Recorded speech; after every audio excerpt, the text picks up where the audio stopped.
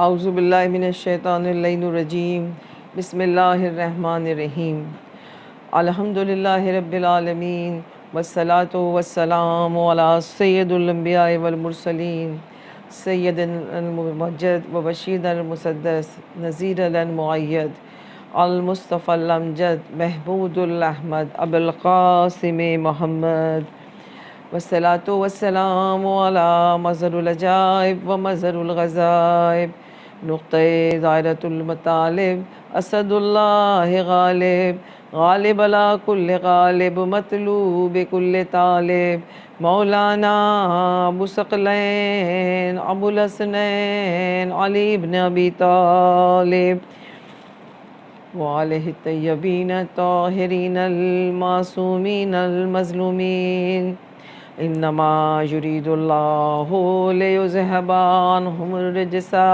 ویطہرکم تطہیرا اللہم صلی علی محمد وآل محمد وما خلقت الجن والانس الا لیعبدون۔ کلام کا آغاز اس بابرکت نام سے کرتی ہوں کہ ساری تعریف جسے زیب دیتی ہے، یہ اس کا احسان ہے کہ اس نے اس پورا شوب دور میں جبکہ لوگ اپنے دین سے دور ہوتے چلے جا رہے ہیں، ہمیں در اہل بیت سے وابستہ کر دیا اور اس فرش ازاں پر آنے کی توفیق عطا فرمائی۔ جب اس فرش ازاں پر آیا کیجئے تو یہ دعا ضرور مانگا کیجئے کہ پروردگار تو نے وہ نعمتیں، وہ انعامات، وہ برکتیں جو اس فرش ازاں پر آنے والوں کے لیے مخصوص کر رکھی ہیں، ان سب میں ہمیں شریک ضرور فرما، اور زمانے کے امام کے ظہور میں تعجیل فرما، ہمیں ان کے انتہائی چاہنے والوں میں، ان کے جانثاروں میں، ان کے ناصروں میں شمار فرما۔ آیت جو میں نے آپ کے سامنے سرنامہ کلام میں تلاوت کی، اس آیت مبارکہ میں ارشاد پروردگار عالم ہو رہا ہے کہ ہم نے جنوں اور انسانوں کو محض عبادت کے لیے پیدا کیا، یعنی مقصد تخلیق انسانی جو ہے وہ اس کی معرفت حاصل کرنا ہے، اور اس کی معرفت بھی ہمیں انہی راستوں پر، انہی زینوں پر چل کر حاصل کرنا ہے جو اس نے ہمیں عطا کیے ہیں۔ اگر ہم نے اپنی پاس سے راہیں نکال کر اس تک پہنچنے کی کوشش کی، اس کی معرفت حاصل کرنے کی کوشش کی، تو ہمیں ہر چیز مل جائے گی لیکن خدا نہیں ملے گا۔ اسی لیے امام محمد باقر علیہ السلام ارشاد فرماتے ہیں کہ اگر تم نے خدا کے بارے میں یہ تصور کیا کہ وہ ایسا ہوگا، وہ ویسا ہوگا، اس کی ایسی صفات ہوں گی، ان صفات کا حامل ہوگا، تو یہ تمہاری تخلیق تو ہو سکتی ہے، یہ تمہارے ذہن کی تخلیق تو ہو سکتی ہے، خالق نہیں ہو سکتا، وہ خدا نہیں ہو سکتا، اس لیے کہ اس کی معرفت تو کنہ محال ہے، اس لیے کہ وہ لامحدود ہے اور ہم محدود عقلوں کے مالک ہیں۔ اس محدود عقلوں سے ہم اس لامحدود کی معرفت کیسے حاصل کر سکتے ہیں؟ اس کے لیے ضرورت تھی کچھ ایسی ہستیوں کی جو کہ لامحدود صفات کی حامل ہوں، جو کہ صفات الہی کے آئینہ دار ہوں، حامل ہوں، اور وہ ہستیاں سوائے محمد والے محمد کے اور کوئی نہیں ہو سکتی۔ لہٰذا ہمیں اگر خدا کی معرفت حاصل کرنا ہے تو ہمیں در اہل بیت تک آنا ہوگا، در آل محمد تک آنا ہوگا۔ بغیر ان تک پہنچے ہوئے، ان کی معرفت حاصل کیے، ہم خدا تک نہیں پہنچ سکتے، ہم خدا کی معرفت حاصل نہیں کر سکتے۔ ان کی معرفت خدا کی معرفت ہے، ان کا علم خدا کا علم ہے، ان کی معرفت حاصل کے بغیر خدا تک پہنچنا محال ہے۔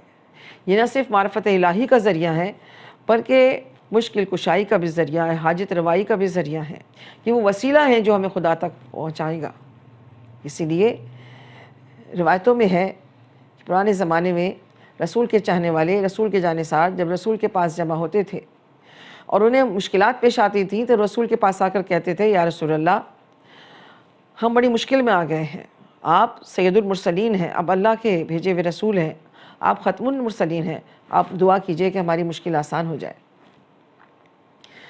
تو رسول سنتے تھے اور سننے کے بعد ان کے لیے دعا کرتے تھے کہ پروردگار ہمارے اس چاہنے والی کی مشکل کو تو آسان کر دے، تجھے علی کے حق کا واسطہ، علی کا واسطہ ان کی مشکل آسان کر دے۔ اسی طرح کبھی ایسا بھی ہوتا تھا کہ وہ خاتون بھی آپ کے پاس تشریف لاتی تھی اور آنے کے بعد یہ کہتی تھی یا رسول اللہ میں بڑی مشکل میں ہوں، میری اس مشکل کو آپ آسان کر دیجئے۔ تو رسول اس طرح دعا کرتے تھے کہ پروردگار ہماری اس چاہنے والی کی مشکل کو آسان کر دے، تجھے واسطہ علی کا، علی کے حق کا واسطہ۔ روایتوں میں ہے کہ جب کئی مرتبہ ایسی تکرار ہوئی تو صحابہ نے کہا کہ آخر کیا بات ہے کہ جب بھی ہم ان سے دعا کرنے کو کہتے ہیں کہ آپ دعا کر دیجئے تو علی کا واسطہ دے کر دعا کرتے ہیں، علی کا نام لے کر دعا کرتے ہیں۔ تو ان کے بزرگوں نے انہیں کہا کہ بات اصل میں یہ ہے کہ ابھی تم پر مشکل ہے نا، تو علی کا نام لے کر رسول دعا کرتے ہیں، جب علی پر مشکل آئے گی تو یقیناً رسول تمہارا نام لے کر دعا کریں گے۔ خاموش ہو گئے اصحاب رسول اور انتظار کرنے کے لگے اس وقت کا کہ جب علی پر کوئی مشکل آئے۔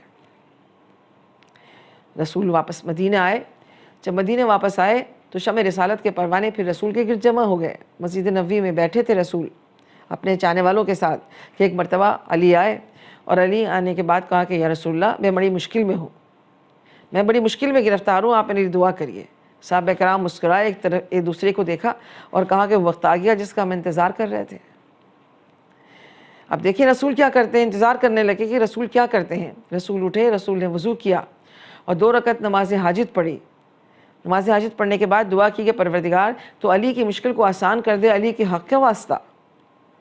بس یہ سننا تھا کہ صحابہ کرام رسول کے پاس آئے اور کہا یا رسول اللہ یہ کیا ہوا، ہم پر مشکل پڑے تو آپ علی کا نام لے کر دعا کریں، اور علی پر مشکل پڑے جب بھی آپ علی کا نام لے کر ہی دعا کرتے ہیں۔ رسول نے کہا تم تو تم ہو، علی تو علی ہے، مجھ پر بھی جب کوئی مشکل پڑے گی تو میں علی کا نام لے کر ہی دعا کروں گا تو دعا پوری ہوگی۔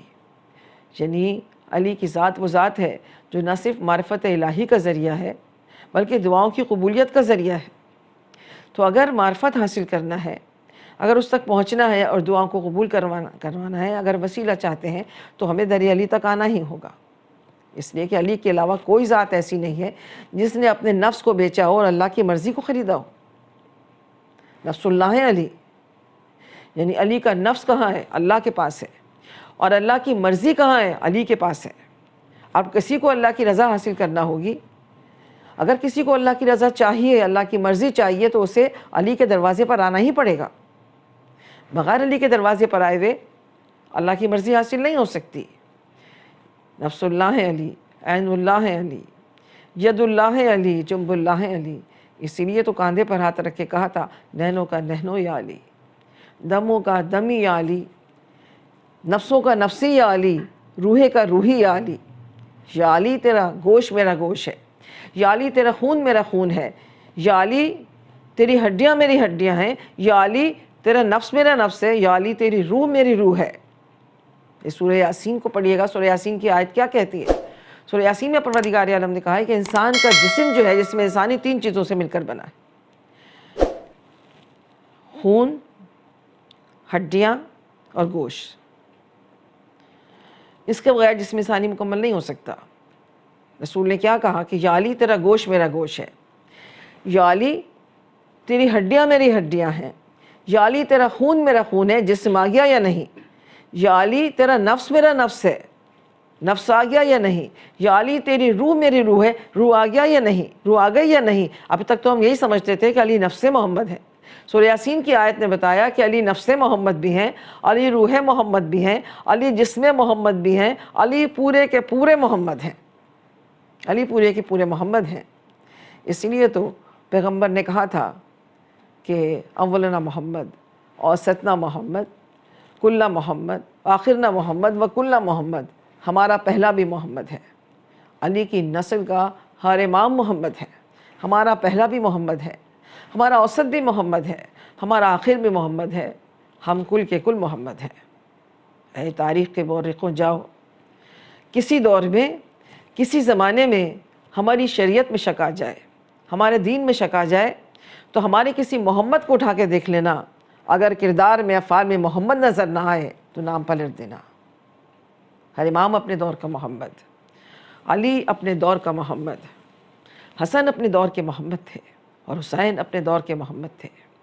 اسی لیے تو جب یزید نے شام سے نعرہ لگایا تھا کہ کوئی وحی نہیں آئی تھی، کوئی فرشتہ نہیں آیا تھا، یہ بنی ہاشم نے ایک ڈھونگ رچایا تھا، تو وہ اٹھا جو وارث رسول تھا، جو دین رسول کا وارث تھا، جو جانشین رسول تھا، اور اس طریقے سے اپنے خون میں لوٹ کر دین کی بنیادوں کو حسین نے مستحکم کیا کہ حقائے بنا لا علی، کہ اپنے خون کے لوٹ کر حسین نے اپنے دین کی بنیادوں کو اس طریقے سے مستحکم کر دیا کہ اب رہتی دنیا تک کوئی دین اسلام پر آنچ نہیں آ سکتی، رہتی دنیا تک حسین کا نام جو ہے وہ امر ہو گیا۔ اب چاہے اقتدار بدلتے رہیں، حکومتیں بدلتی رہیں، حسین کا تذکرہ نہ تبدیل ہوا ہے نہ تبدیل ہوگا۔ حسین جو فاطمہ کی جان تھا، وہ حسین جو نبی کا لخت جگر تھا۔ محرم کی دوسری تھی جب حسین وارد کربلا ہوئے۔ حسین کے گھوڑے نے جب آگے بڑھنے سے انکار کیا، حسین نے 7 سوار بدلے، سوار پہ سوار بدلتے رہے حسین۔